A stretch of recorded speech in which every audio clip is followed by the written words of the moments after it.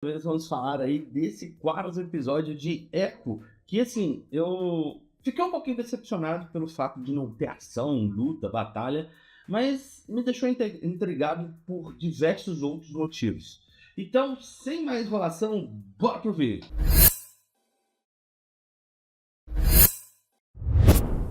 É isso mesmo, galera. Basicamente, a gente tem aí um episódio bem significativo pela questão de toda a história que foi trazida pra gente até este momento, né? Mostrou ali um pouco da infância da Maya, né? No início ali, como que ela descobriu quem que era o Wilson Fisk, real, né? O senhor do crime. Mas foi onde que ele também selou os laços entre os dois. E por mais que fosse uma, sei lá, uma questão meio estranha, ele sempre tratou ela como se realmente fosse uma filha dele. E nesse episódio a gente fica ali com essas informações bem claras. Ele deixando claro ali que ele não tá chateado com ela por ela ter tentado matar ele. Eu achei engraçado pelo fato de que ele só ficou com uma cicatriz e ele tá usando alguma tecnologia, alguma coisa assim, que de certo modo parece estar curando o olho dele. Criou uma lente que faz com que ela consiga ver a tradução, né, a linguagem de sinais do que ele fala, e ele consegue ouvir o que, que ela fala, e isso eu achei muito interessante. Acaba que, no meu ponto de vista, talvez teria sido interessante no primeiro episódio, antes dela fazer ali, tentar matar ele, ele desse isso pra ela e a lente de contato funcionasse para todo mundo. Eu acho que talvez estaria uma inclusão um pouco maior, trazendo esse aspecto, né, para várias pessoas que conversassem com ela, ela começaria a entender a linguagem de sinais, mesmo para as pessoas que não sabem linguagem de sinais. Eu achei isso bem interessante. E eu acho que eles poderiam ter explorado isso de uma forma desde o começo, sabe? Tipo, fazendo uma introdução que ele deu a lente para ela e aí na hora que ela descobre ali, ele tenta conversar com ela, mas leva um tiro.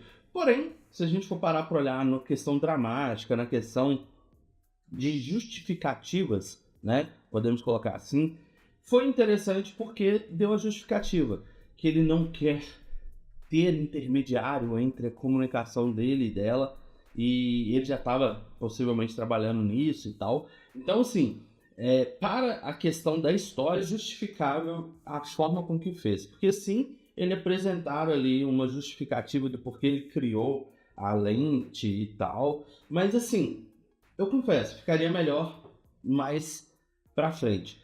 A gente, na verdade, no início, né? Não mais pra frente. Ficaria melhor no início, porque assim a gente poderia ter explorado muito mais isso. E eu acho que seria muito mais legal para a questão da inclusão para as pessoas, né? Eu acho que seria bem interessante. Mas no caso em si, é uma coisa que eu acho legal, essa vertente, né, de mostrar ali um pouco do rei do crime, mas de um jeito que as ações dele, talvez ele tente justificar da forma com que ele age devido ao que ele passou. E ali, até na parte mais final ali, mostra esse ato assim de eu falei com você como meu pai falhou comigo, então toma o martelo que eu matei meu pai para você me matar. Acaba sendo algo assim extremamente pontual no sentido eu falhei. Então, por eu ter falhado, igual meu pai também falhou, eu tenho que morrer.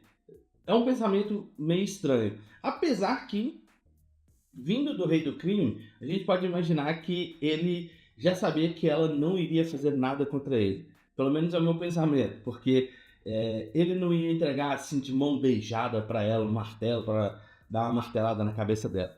Por outro lado, a gente viu aí a avó da Maia falando realmente sobre a questão dos ecos das ancestrais, falando ali, comunicando com a Maia.